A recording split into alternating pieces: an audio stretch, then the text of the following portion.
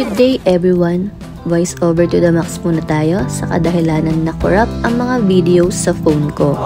But it's all good, share pa rin namin tong experience namin sa Hong Kong Disneyland.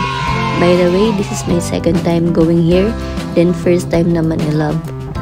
Bago nga kami makarating sa Disneyland, ang sinakyan nga pala namin from Hong Kong Central ay MTR Tung Chung Line, which is Orange Line. Then after 6 stops, lilipat lang kayo ng Disneyland Resort Line. As I remembered, wala kaming binayaran dito. Pwede din kayo mag-picture while the train is moving or after bumaba ng mga kasama nyo para solo nyo ang bagon. Ayun na nga, pumasok na kami, and by the way, we book our tickets on Klook. Early access with meal na ito. Kaya as you notice, medyo in hurry yung ibang mga tao maglakad. Since early access nga ito, it allows you to enter the park 1 hour before the official opening. Kaya it will give you a head start on enjoying the rides and attraction with minimal wait times.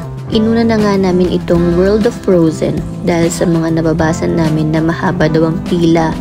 For me, as an adult, okay din yung experience dito dahil may mga gulatan factor at talagang mapapatilinga ang mga sumasakay dito. Akala ko nung una, wala yan.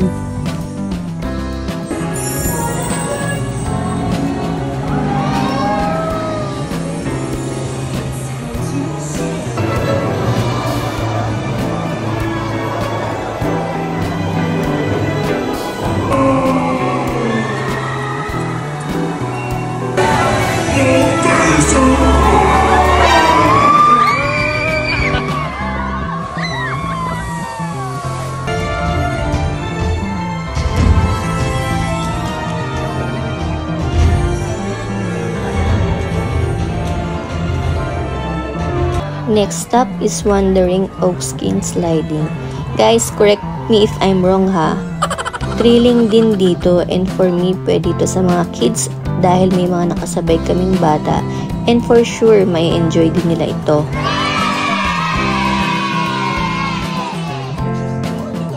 Medyo short lang yung video namin kasi baka mahulog yung phone.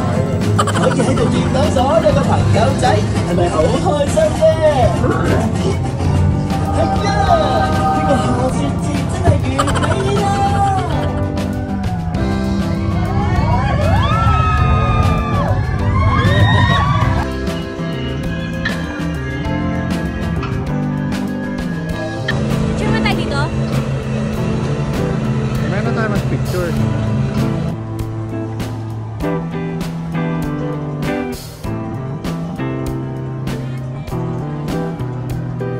Next stop, another thrilling ride, Hyperspace Mountain.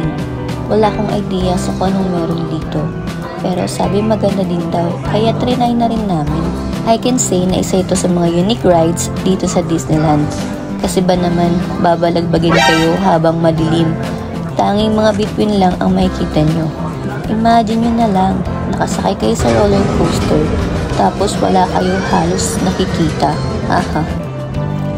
After ng dalawang thrilling rides, dito kami napadpad sa Ant-Man and the Wasp.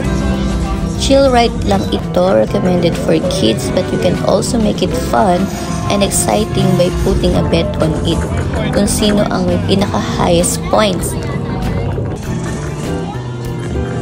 Need backup.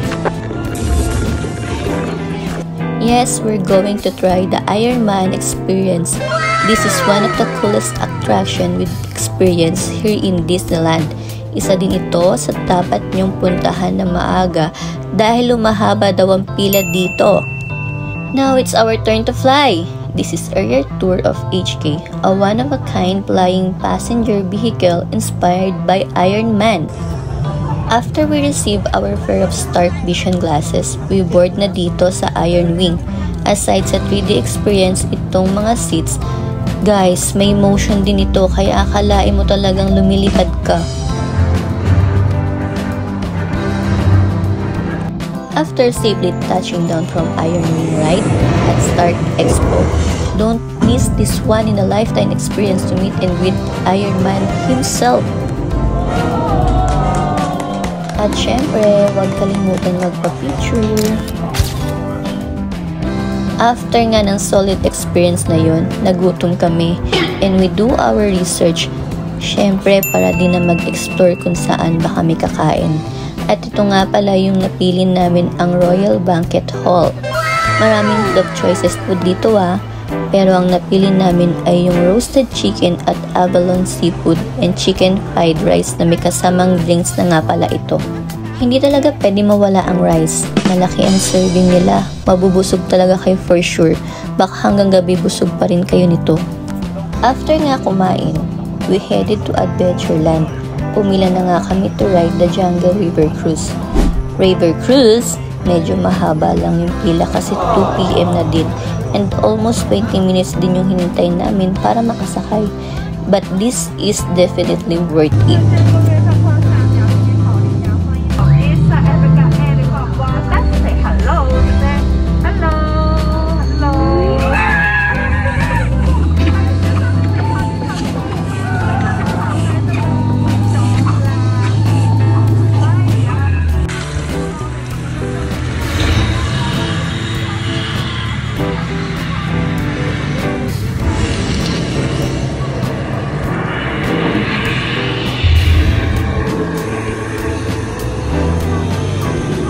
I can say that this is the highlight of the ride.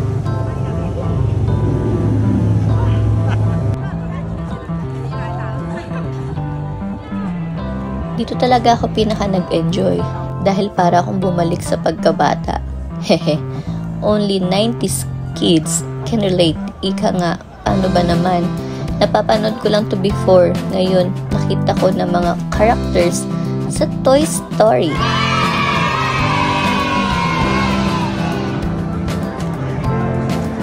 Sakto lang yung ride na to, hindi ganun ka-extreme. Makikita nyo naman sa video guys na pwede kahit bata. Actually, mas matagal pa nga yung pila namin kaysa sa tinagal ng rides namin. Of course, hindi mawawala ang outfit check!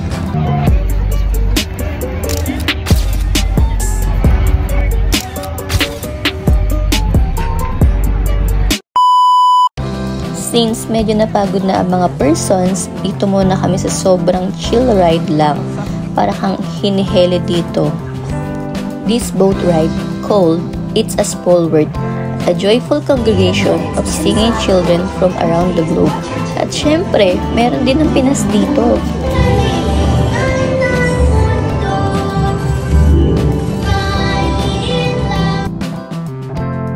At kapag pagod na kayo pero gusto nyo pa rin maikot ang buong Hong Kong Disneyland nang hindi naglalakad, this is a perfect ride, sightseeing lang.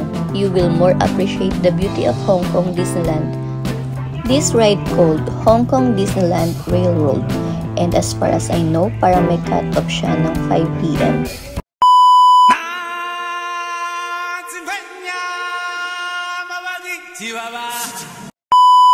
And of course, you cannot miss the Festival of the Lion King, a musical retelling of the story of Simba, Nala, and Scar. Heads up lang ha, this is pre-seating, so arrive early para makapwesto kayo ng maganda dahil unahan talaga, parang zombie apocalypse. Overall, Hong Kong Disneyland is a magical experience, and we would definitely go back if given the chance. If you enjoyed the experience too, even just watching, don't forget to like, subscribe, and hit the notification bell. See you on our next vlog!